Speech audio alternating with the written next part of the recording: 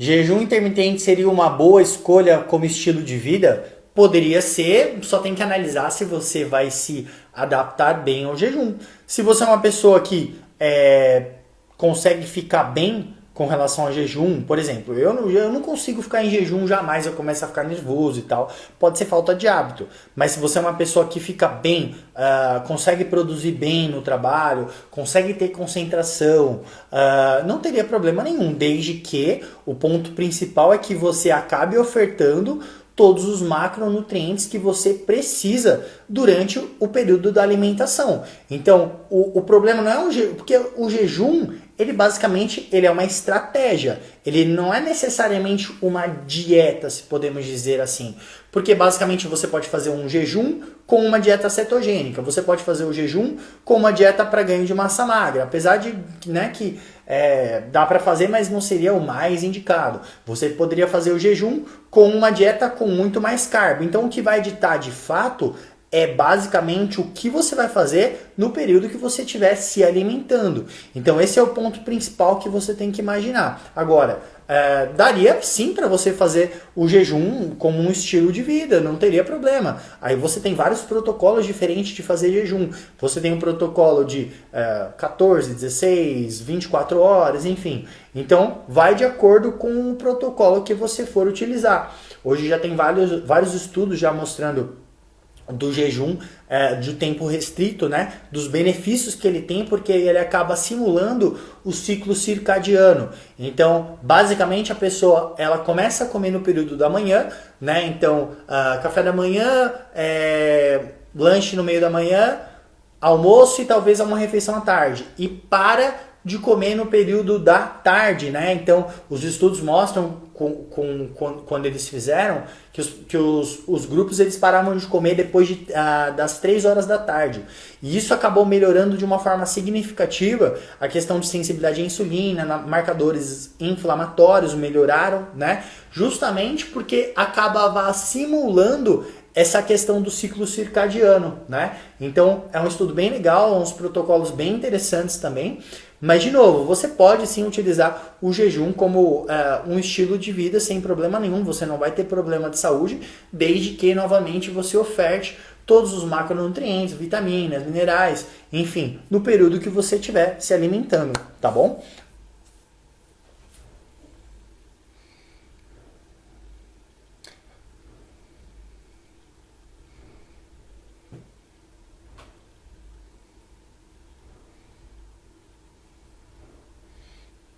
Tá, vão mandando as dúvidas, eu vou lendo as que eu recebi aqui também, tá? Eu vou ler as que eu anotei aqui, que não foram pela caixinha. Se vocês puderem mandar pela caixinha aqui, aí eu vou olhando por aqui, tá? Vamos lá.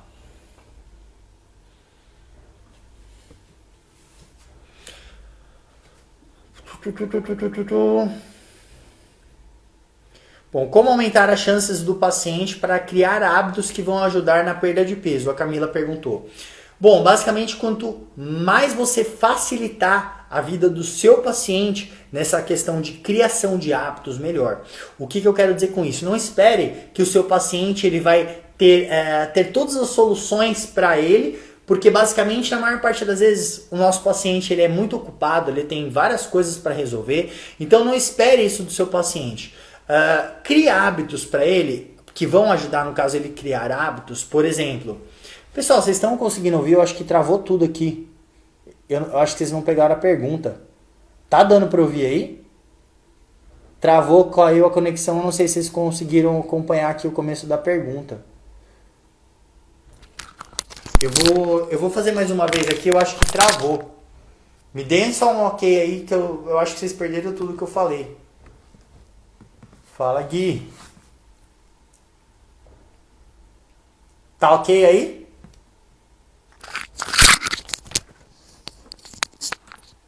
Ah, Mateusão, legal, boa noite, obrigado. Bom, vou falar de novo então, tá? Ela perguntou como que faz para aumentar as chances do paciente criar hábitos para auxiliar na perda de peso.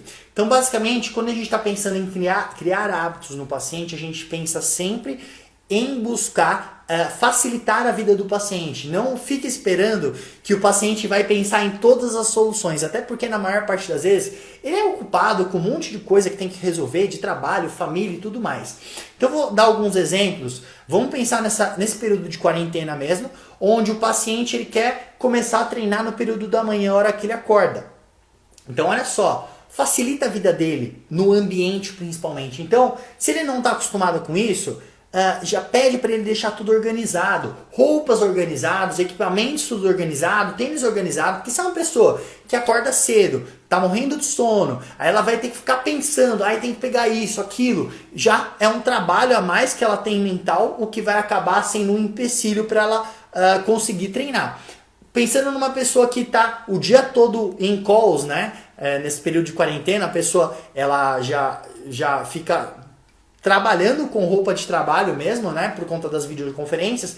Então, uma dica, por exemplo, facilita para ela e fala para ela ficar com a roupa de treino por baixo. Porque aí assim que ela já terminar o treinamento, ela já está pronta para treinar. É só tirar a roupa, deixa o tênis organizado, equipamentos tudo organizadinho, e isso acaba facilitando muito.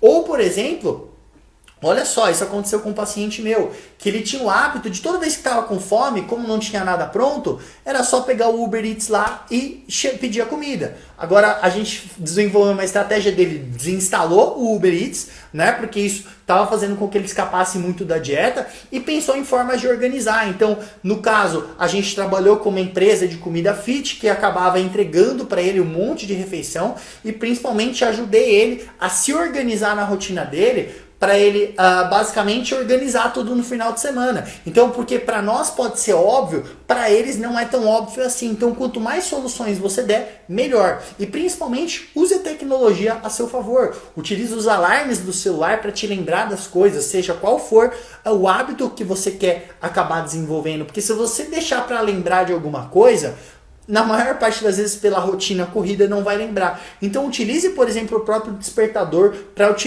auxiliar o paciente nesse processo de criação de novos hábitos, tá bom?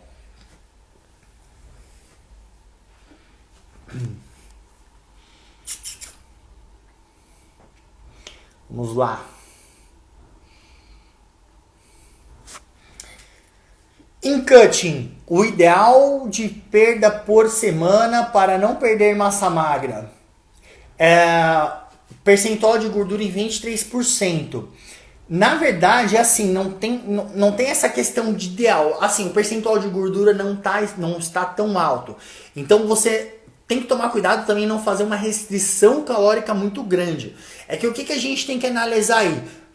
Qual é o seu condicionamento, se você já é uma pessoa muito treinada ou não, seus níveis hormonais, como que está a sua qualidade de sono, porque vamos pensar, se você está dormindo pouco, tá?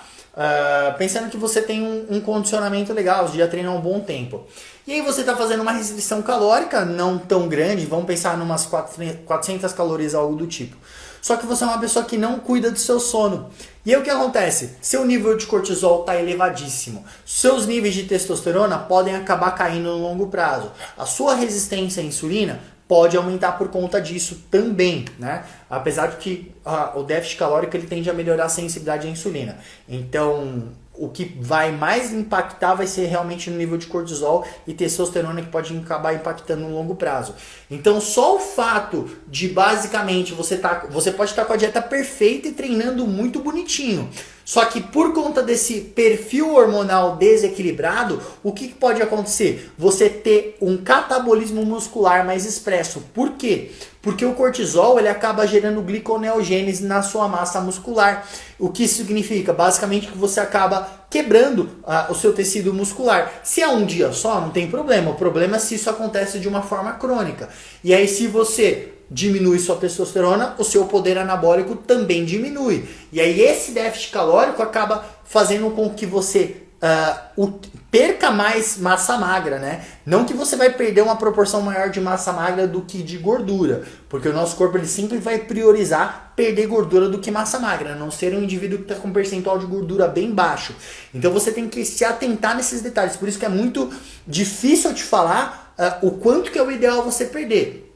Agora, se tá tudo muito bem equilibradinho, dieta, sono, treinamento, você pode aí pensar basicamente em diminuir, que seja aí, é que o ideal seria nas dobras, né? Isso é muito individual, mas você poderia pensar em perder aqui meio quilo por semana ou algo do tipo e ir avaliando, né? É que vai depender do seu metabolismo, se o seu metabolismo é mais acelerado ou não, enquanto para algumas pessoas meio quilo pode ser muito, e se é uma pessoa que tem um metabolismo acelerado, ela pode fazer com que ela perca mais massa magra, para outras pessoas não, né? Então a gente tem que analisar toda essa questão de sensibilidade à insulina, níveis de testosterona, questão de cortisol, tá? Justamente para falar de uma forma mais precisa o quanto que você vai ter de manutenção da massa magra. O ponto é, quanto maior for o percentual de gordura, mais restrição calórica você consegue fazer, porque a gordura ela tem um efeito de manutenção na massa magra, né? Ela basicamente você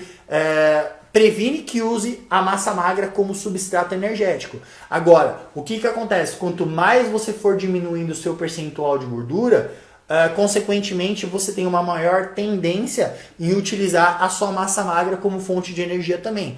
Então são esses pontos que você tem que tomar um maior cuidado, tá bom? Legal. Eu vou lendo perguntas daqui que eu recebi e vou lendo aí das dúvidas que vocês mandaram por aí, tá legal?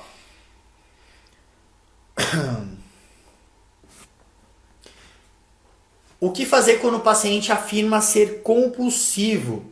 Bom, basicamente é muito complicada essa questão de compulsão, porque a gente tem que entender que basicamente a pessoa, quando ela fala que ela é compulsiva, ela já está colocando um sentimento de crença limitante sobre ela.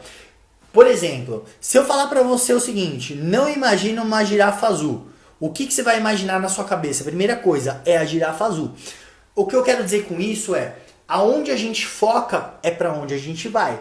Então, basicamente, se eu falo, eu chego para você e falo, eu sou compulsivo, consequentemente, qualquer sinal, qualquer momento que você tiver em que você pode escapar da dieta, isso já está instalado a questão a nível neuronal mesmo, né? Então já está programado, isso já é uma coisa limitante para você. Então, consequentemente, você vai acabar comendo muito mais do que você deveria comer. Então, esse é o ponto principal, que a maior parte das pessoas, elas falam de uma forma inocente, eu sou compulsivo, eu tenho problema em me controlar. E, basicamente, a gente tem que trabalhar totalmente o oposto, né? Em criar perguntas fortalecedoras, em criar sentimentos fortalecedores. Então, se vê como uma pessoa que tem um controle muito forte. Não, eu sou uma pessoa que tem controle absoluto, né? Colocar palavras que empoderam, né? Então, eu tenho um controle mental espetacular, sabe? É mudar, é fazer um shift aí. E não pensar, eu não posso ter compulsão. Porque mesmo que você foque no negativo, o que eu quero dizer no negativo é o seguinte, vamos pensar que você tem algum tipo de compulsão alimentar ou algo do tipo. Principalmente impulsividade, né? Que compulsão é uma coisa que acontece muito frequente. Então eu tenho problema em me controlar no final de semana. Aí você fica isso na sua cabeça. Eu preciso me controlar nesse final de semana. Eu não posso ficar escapando da dieta nesse final de semana. Essa questão que você já está focando é o mesmo exemplo da girafa roxa, por exemplo. Então você fica focando nisso. E aí quando chega o final de semana, isso já está pré-instalado na sua mente. E aí é quando você acaba escapando mais e mais. Então a gente tem que se policiar com as palavras e com o que a gente acredita que nós somos. A gente não é nada, a gente não é compulsivo. Basicamente é o seu sentimento que você tem com relação a você mesmo. Tá? Fala, Carla. Beleza? Deixa eu ver mais uma dúvida aqui.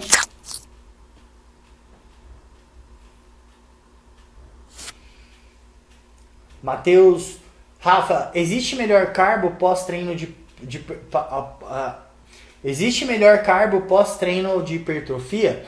Basicamente assim, você tem que pensar que num pós-treino você tá com a sua sensibilidade à insulina mais alta. Então você pode colocar aí carbos de índice glicêmico mais alto. Precisa? Não necessariamente. Você pode pensar em colocar carbos de índice glicêmico mais alto, pensando num indivíduo que tem uma ótima sensibilidade à insulina, um metabolismo mais acelerado. O ponto é um momento que teoricamente você consegue deixar uma dieta mais flexível. O que acontece é que isso no longo prazo, numa dieta de hipertrofia, vamos pensar no indivíduo que está com um percentual de gordura mais alto. Você tem que tomar um pouquinho de cuidado, mesmo que seja num período pós-treino, o superávit calórico por si só, ele tende a gerar inflamação. Então não é porque pós-treino vai melhorar a sensibilidade à insulina que numa dieta de hipertrofia, você falou treino de hipertrofia, mas eu estou imaginando obviamente que a pessoa está fazendo uma dieta para hipertrofia também. Então, a dieta de hipertrofia por si só, independente da qualidade, ela tende a gerar inflamação, tende a gerar resistência à insulina.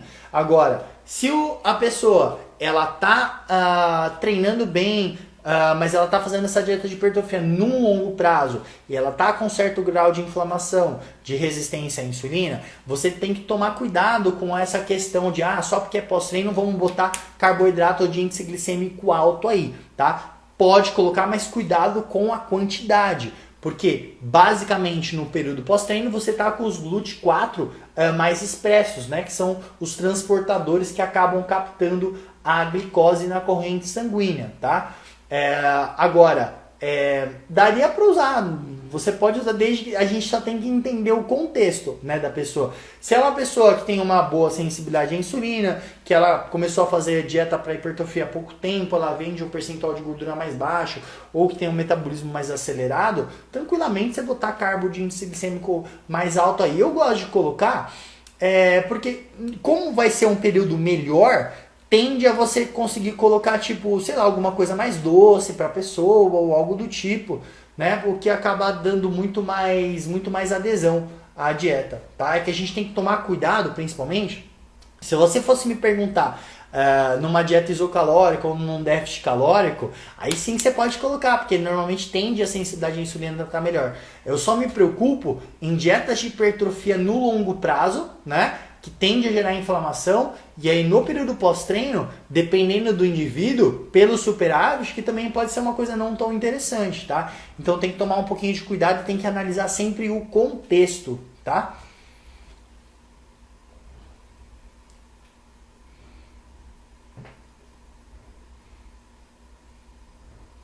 Beleza? Eu vou ler uma daqui e aí eu volto pra aí, beleza, galera?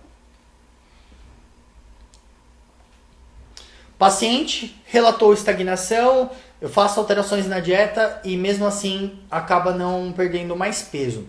Bom, o que acontece na maior parte das vezes, pessoal, a pessoa está focada na dieta, mas acaba acontecendo escapadas imperceptíveis. O que eu quero dizer com isso? Vamos pensar numa pessoa que ela está trabalhando bastante durante o dia e basicamente ela tem muito estresse durante o dia, o trabalho dela é muito desgastante, enfim. E aí o que acontece? Vamos pensar numa situação de um almoço ou algo do tipo. A pessoa está fazendo dieta bonitinho, certinho, só que ela acaba... Se ela está num processo de perda de gordura, por exemplo, ela está perdendo peso, né, no caso aqui, os sistemas de recompensa dela estão mais sensibilizados. O que isso significa? Basicamente que ela tem mais prazer em comer, mesmo que sejam alimentos não hiperpalatáveis. Então o que acontece? Às vezes ela acaba escapando lá, colocando uma colherzinha mais de arroz, colocando um pouco mais de azeite, colocando um pouco mais de carne ou algo do tipo. Então assim, não necessariamente são alimentos fora da dieta, mas basicamente isso pode fazer com que a pessoa não gere um déficit calórico necessário para que ela tenha perda de peso. E na cabeça dela, como ela está comendo só coisa da dieta, ela acha que está tudo certo. Então, basicamente, essas escapadinhas para ter uma recompensa maior, para compensar os estresses que ela está tendo durante o dia, pode fazer com que ela não gere um déficit calórico. Ou chegando no período da noite, por exemplo, né, que quer comer um docinho, vai lá e pega a pastinha de amendoim, aí pega aquela colherzona, mas ela tinha pasta de amendoim, só que ela pegou uma quantidade maior, né? Então são essas pequenas escapadas que às vezes faz com que não gere um déficit calórico necessário para que aconteça a perda de peso. Então a gente tem que se policiar nisso aí, porque às vezes são coisas da dieta, às vezes não, obviamente, mas às vezes as pessoas nem sabem que às vezes está comendo por conta de distrações e tudo mais, tá? Mas se atentar a isso, que às vezes a estagnação é por conta disso, né? Porque basicamente não tá tendo o déficit calórico necessário. Tenho dificuldade de ganhar peso, consumo médio de 3.500 calorias por dia, mas é muito difícil. Tem solução? Olha só, com certeza tem solução. O que você tem que se atentar? Algumas pessoas, quando aumentam muito as calorias na dieta, principalmente pessoas que têm basicamente um metabolismo mais acelerado, e isso pode acontecer também por a pessoa acabar extravasando mais as calorias nas mitocôndrias, por exemplo, né? As proteínas desacopladoras acabam ficando mais expressas. Então, conforme a pessoa ela coloca mais caloria, ela tende a gastar mais, não só por conta de extravasar como na forma de calor, como também a pessoa acaba ficando mais ativa durante o dia. Então, às vezes, você fez o cálculo certo de quantas calorias que você precisa, quanto você gasta, só que começa a reparar, eu tenho vários pacientes que quando eu começo a colocar mais calorias, a pessoa ela fica mais agitada e tudo mais. Então acaba fazendo um monte de coisa, levanta mais para fazer as coisas. E queira ou não, o gasto que a gente tem durante o dia, as pessoas não levam isso em consideração. Mas o gasto que a gente tem durante o nosso dia, ele acaba sendo, na maior parte das vezes, muito mais significativo do que a própria atividade física. Então repara se você não está ficando muito mais ativo, se você não está indo de um lado para o outro, né, por conta de que aumentou as calorias. Se policia com isso e basicamente utilize alimentos que tenham uma maior densidade calórica. Como por exemplo, aí no caso que a gente falou da pá de amendoim, você poderia utilizar. Você poderia colocar mais azeite, mais abacate, alimentos com densidade calórica maior, suco de fruta, por exemplo, frutas secas, né? Então, basicamente, pensa sempre na qualidade nutricional, porque aí basicamente você vai estar colocando mais calorias, gerando um superávit calórico e aí consequentemente auxiliando no processo de ganho de massa magra. Mas se policia bem com relação a como ficou a questão do seu gasto energético durante o dia, tá bom? Cíntia, Cíntia, dificuldade com falta de controle em refeições livres. Bom, basicamente essa questão da refeição livre é muito complicada porque o que eu vejo na maior parte das vezes, pessoal, é o seguinte: você tem alguma escapada, algum deslize na dieta, e aí o que acontece? Basicamente, esse sentimento negativo que as pessoas têm de culpa por conta que escapou na dieta, esse sentimento que as pessoas têm é porque elas têm o pensamento de ser 880, né? Então, ou faz tudo 100% ou não faz nada, né? O que é um equívoco. Por quê?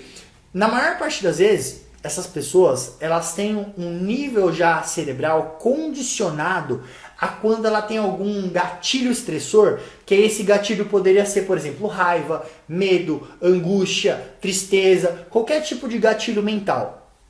Esse gatilho, pensa como se fosse um triângulo aqui. Então a pessoa ela tem um gatilho, esse gatilho ele gera um comportamento, esse comportamento poderia ser bebida, poderia ser alimentos, e aí esse comportamento gera o quê? A recompensa, aumento de dopamina. E aí isso aí acaba se tornando um hábito. Então a pessoa, toda vez que ela tem algum sentimento negativo, vai lá, gera comportamento. E aí basicamente tem a recompensa no caso da dopamina. Então esse sistema acaba ficando condicionado. E o cérebro cria esse hábito para toda vez aumentar a dopamina. Então pensa só, aí a pessoa ela escapou da dieta, ela fica com sentimento negativo porque ela escapou da dieta de culpa e algo mais. E como que o cérebro dela recorre a basicamente essa escapada que ela teve? Busca mais alimento. Então ela acaba compensando com mais escapadas ainda para compensar esse sentimento negativo que ela teve com relação a isso, tá? Muito cuidado, além disso, para você se policiar nessa questão, elimine distrações. O que eu quero dizer com isso? Na maior parte das vezes quando você estipula alguma refeição livre para fazer, ou algum deslize mesmo que está acontecendo, a maior parte das vezes a pessoa fica muito ansiosa, agoniada, e aí ela acaba fazendo um monte de coisa ao mesmo tempo. Então vai lá comer um doce, um bolo, algo do tipo. Ela tá comendo bolo, mexendo no celular, conversando com a pessoa que está ali, assistindo televisão. Então, pelo amor de Deus, quando você for fazer alguma refeição livre, você tá de dieta, para de fazer tudo. Pega esse alimento, senta, tira distrações, não vê televisão, não conversa, não mexe no celular e realmente aprecia essa alimentação. Mastiga direito, aprecia, come devagar. Primeiro, e aí você, por exemplo, vamos pensar que você pegou um bolo, um pedaço de bolo, um pedaço de chocolate, um tablete de chocolate, você pegou um pedaço. Não fica com o negócio na sua frente. Para de ser agoniado de comer rápido. E aí você fica cada vez mais agoniado porque você está escapando da dieta. Deixa o negócio lá. Aliás, guarda o negócio. Pega o bolo, pega o pedaço de chocolate, vai, senta com calma. E aí você aprecia devagar. Primeiro, você vai ter muito mais prazer em conseguir comer esse alimento. Segundo ponto, além de você ter mais prazer, você vai ficar muito mais saciado. E aí o que acontece? Você vai fazer isso uma vez, você vai ver como isso vai dar certo e consequentemente isso vai melhorar muito a sua relação com a comida e com as próximas escapadas. Então sempre, sempre, sempre tenha muita atenção na hora que você estiver comendo. Elimine qualquer tipo de distração. E isso acaba melhorando de uma forma assim muito significativa. Saciedade, mais prazer, menos compulsão, menos impulsividade e consequentemente acaba melhorando de forma geral a sua relação com a comida, tá bom?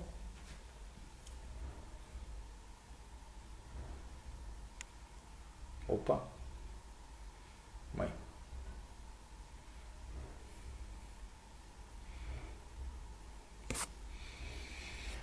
Fátima, se eu comer loucamente, tipo muito mesmo, durante 4 dias, vou engordar muito? Com certeza.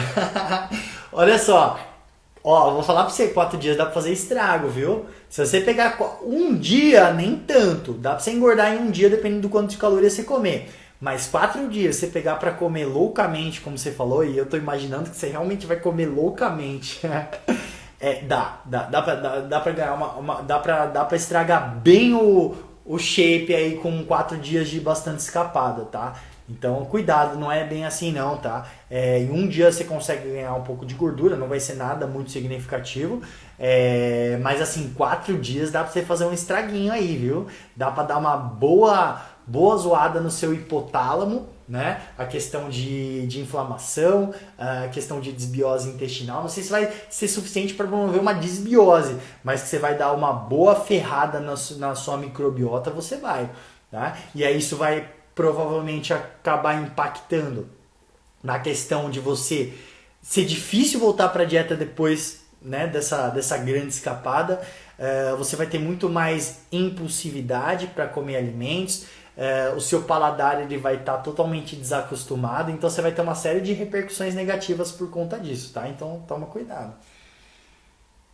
Deixa eu ler mais uma daqui aí depois eu volto para aí, tá?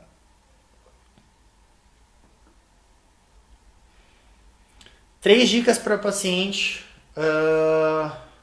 Não entendi a pergunta.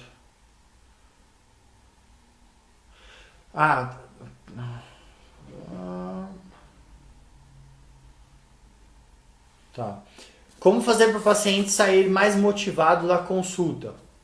Bom, algumas coisas que eu gosto de fazer, pensando em melhorar a motivação que o paciente sente, é basicamente a gente entender como que a gente faz para aumentar níveis de dopamina mesmo, né? Como a gente gera mais motivação e entusiasmo. Então você criar metas, você criar novos desafios no paciente, isso acaba ajudando bastante. Por quê?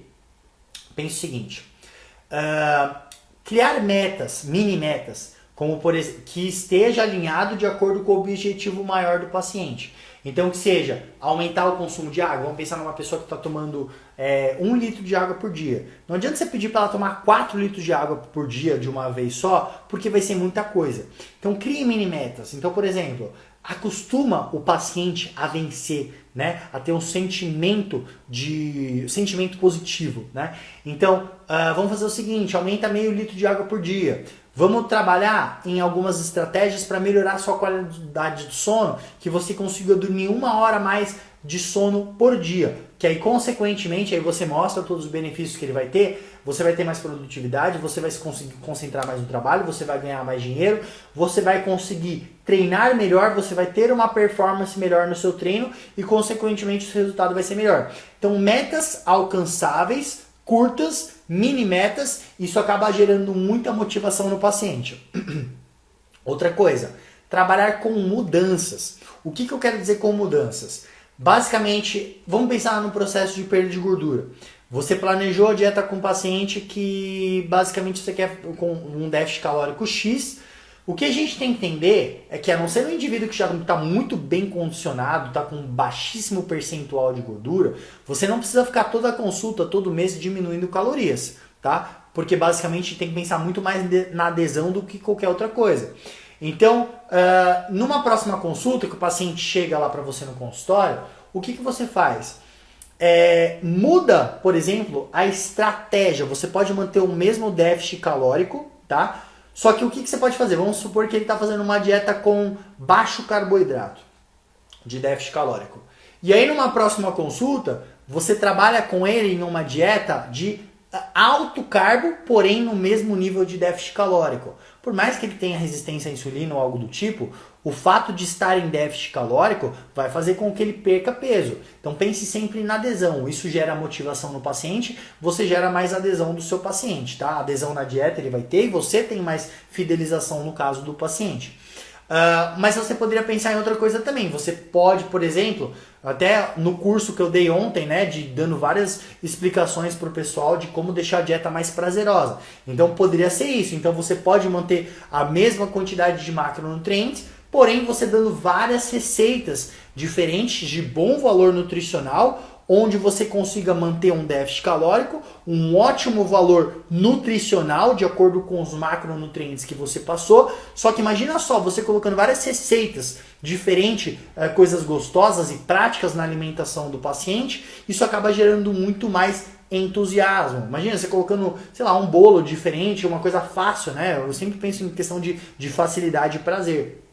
Tava até dando umas receitas ontem pro pessoal de ceviche, de steak tartar. Assim, são coisas tão fáceis de fazer, tão fáceis, que aí você coloca isso na dieta do paciente, imagina a felicidade que ele vai ter de comer algumas coisas diferentes. Eu coloquei explicando para eles como fazer um bolo de cenoura, facinho, pão de queijo, sabe? Então são coisas de bom valor nutricional que basicamente é só você mudar, né, na dieta dele, mantendo os mesmos macronutrientes, calorias, e isso acaba melhorando assim a adesão do paciente de uma forma absurda. Ele sai do consultório muito mais feliz, né? Ou você pode pensar também, pode ser tudo isso aqui que eu tô falando, ou, né, você colocando uma coisinha assim, você já melhora muito a motivação do paciente. Mas você pode também pensar em ensinar, né? Pensa da seguinte forma, sabe quando você aprende alguma coisa, alguma coisa diferente, você repara, não sei se vocês já repararam isso, mas quando a gente aprende alguma coisa nova, a gente tem um sentimento bom, um sentimento de felicidade, de tranquilidade, recompensa. Basicamente, sempre que quando a gente aprende alguma coisa nova, a gente libera dopamina. Então, veja a consulta como uma aula. Quanto mais você ensinar o paciente, mais ele vai ficar feliz, mais ele vai sair do consultório motivado. Então você pode ensinar coisas específicas, ou você pode ensinar até o porquê que você está passando de cada coisa para ele, as estratégias que você está passando, que ele entenda, que ele participe dessa questão aí da elaboração da dieta, entenda o porquê que cada coisa está ali, né? Explicar mecanismos ou algo do tipo. Isso acaba consequentemente aumentando os níveis de dopamina e você gera muito mais motivação no paciente também, tá? Então eu gosto de pensar dessas formas, né? Existem muitas coisas, mas essas são umas formas bem legais de fazer com que o paciente ele fique mais engajado, mais motivado, com mais entusiasmo, né? Isso faz uma diferença bem significativa, tá bom? Como deve ser uma dieta hipercalórica para hipertrofia para pacientes com resistência à insulina? Você tem que pensar em sempre carboidrato de baixo índice glicêmico, qualidade nutricional ao máximo aí. Né? Então cuidado em não colocar muito carboidrato para o paciente que tem resistência à insulina. você tem que pensar em tratar essa resistência à insulina de alguma forma. Eu basicamente tomaria muito cuidado, né? Tem que ver se o percentual de gordura do paciente não se encontra elevado, porque aí eu acho que não compensa, eu acho que vale a pena mais diminuir o percentual de gordura para melhorar a sensibilidade à insulina. Mas se o percentual de gordura dele já estiver baixo, trabalha com uma quantidade maior de ômega 3 na dieta, trabalha com gorduras benéficas, não vai socar gordura saturada, porque a gordura saturada ela tende a aumentar mais resistência à insulina. Cuidar da qualidade do sono para também a gente tentar controlar aí essa sensibilidade à insulina, né? Mas basicamente foca na qualidade de carboidrato, né? Então, carboidratos de baixo índice glicêmico, tá? O índice glicêmico impacta na dieta de hipertrofia, de superávit calórico. Dieta de déficit calórico não significa praticamente nada alto ou baixo índice glicêmico, tá? É sempre na dieta de superávit que a gente tem que se preocupar no índice glicêmico, né? Principalmente se é um indivíduo com resistência à insulina. No indivíduo que tem uma baixa resistência à insulina e um metabolismo mais acelerado, pelo menos em um curto prazo, é tranquilo colocar carboidrato de índice glicêmico alto. Porém, no decorrer do tempo, quando ele vai aumentando a resistência à insulina, aí a gente tem que tomar muito cuidado, tá? Mas basicamente seriam essas orientações. Tomar quantidade com a quantidade de não colocar muito carbo, não fazer um superávit calórico muito grande, então faça superávit calórico bem gradativo, tá? E aí vai colocando aos pouquinhos e vai avaliando como está sendo o resultado dele. Se começar a ganhar gordura, melhora a sensibilidade à insulina, diminui o percentual de gordura, depois volta para a dieta de hipertrofia, porque a resposta vai acabar sendo melhor. Porque pensa o seguinte, se ele tem resistência à insulina, ele vai ter uma resposta de hipertrofia prejudicada. A insulina, quando ela se liga na célula muscular, por exemplo, ela se liga, né, quando tem sensibilidade. E ela vai ativar uma via de AKT-mTOR. A mTOR é uma via responsável pela síntese de proteína. Então pensa que se você está fazendo uma dieta de hipertrofia para um paciente que tem resistência à insulina, a resposta dele por si só já vai ser dificultada, tá? Então tem que analisar tudo isso aí, tem que ver o quão resistente ele é à insulina, ele é resistente à insulina, tá bom?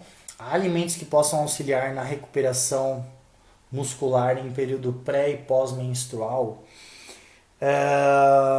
Caroline, na recuperação muscular não teria um alimento específico para você recuperar devido a pré ou pós-menstrual. Recuperação vai ser recuperação independente disso, então você tem que ofertar uma quantidade individualizada de carbo e de proteína, isso é um fato.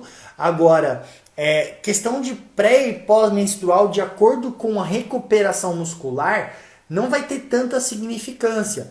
O ponto é, você tem que analisar níveis de estrogênio e progesterona, porque vamos pensar num cenário assim. Basicamente, quando você está com um pico de estrogênio maior, isso acontece do 1º ao 14º dia, o seu nível de força, então a gente pode fazer essa correlação, o seu nível de força está mais alto, né? Então, consequentemente, você pode treinar mais pesado por conta disso. Então aí talvez a sua demanda de carboidrato seja maior se o seu objetivo for performance no treino, né?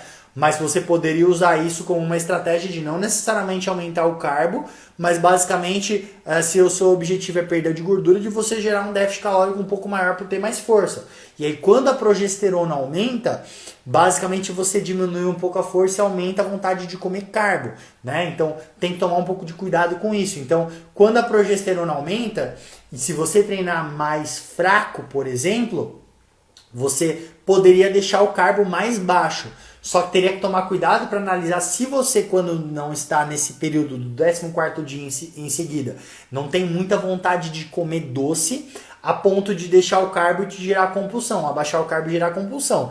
Então é uma faca de dois gumes aí, tem que analisar a situação e o contexto, tá?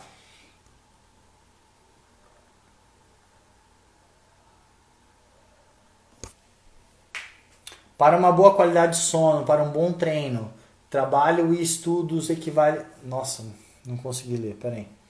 Deixa eu virar assim.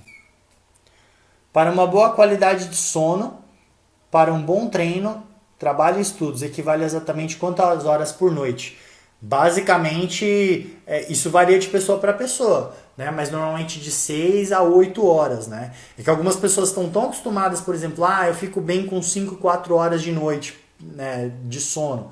Só que às vezes a pessoa ela já está tão habituada com isso que às vezes para ela é normal, mas com certeza se ela dormisse mais, tudo melhoraria, né? Então eu gosto de pensar em no mínimo umas 6 a 8, 9 horas de sono por noite. Mas também não adianta nada você dormir 10 horas e a qualidade de sono ser ruim, tá?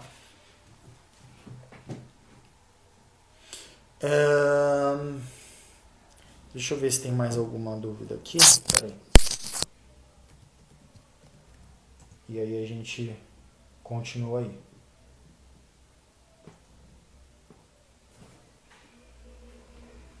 Cris, você indica jejum intermitente em pacientes com lúpus?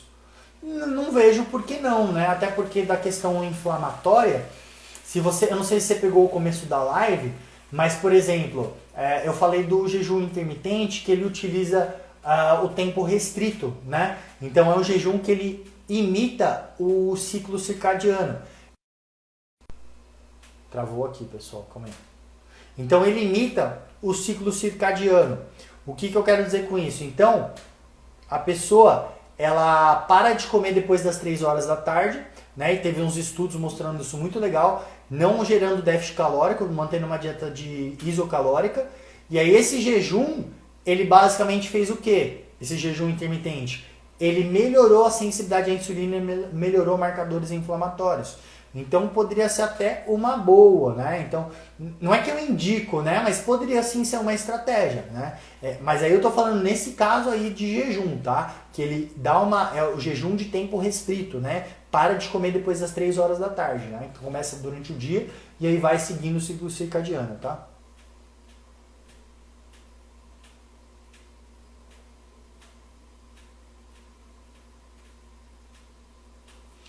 Você não, Sil Guerra, não para de comer fruta, tá?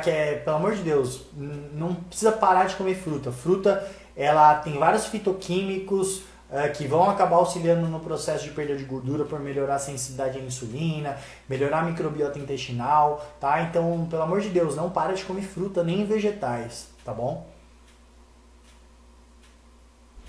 O que é fácil RA? Eu não sei o que é RA, desculpa. R.A.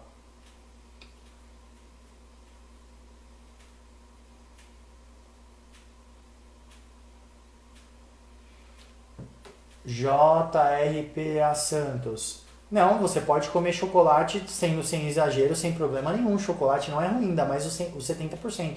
Tendo moderação, não vai atrapalhar em nada, pode ficar tranquilo. Endomorfo deve fazer HIIT ou cardio leve? O que você tiver a melhor adesão. Não tem essa, o que deve fazer, né?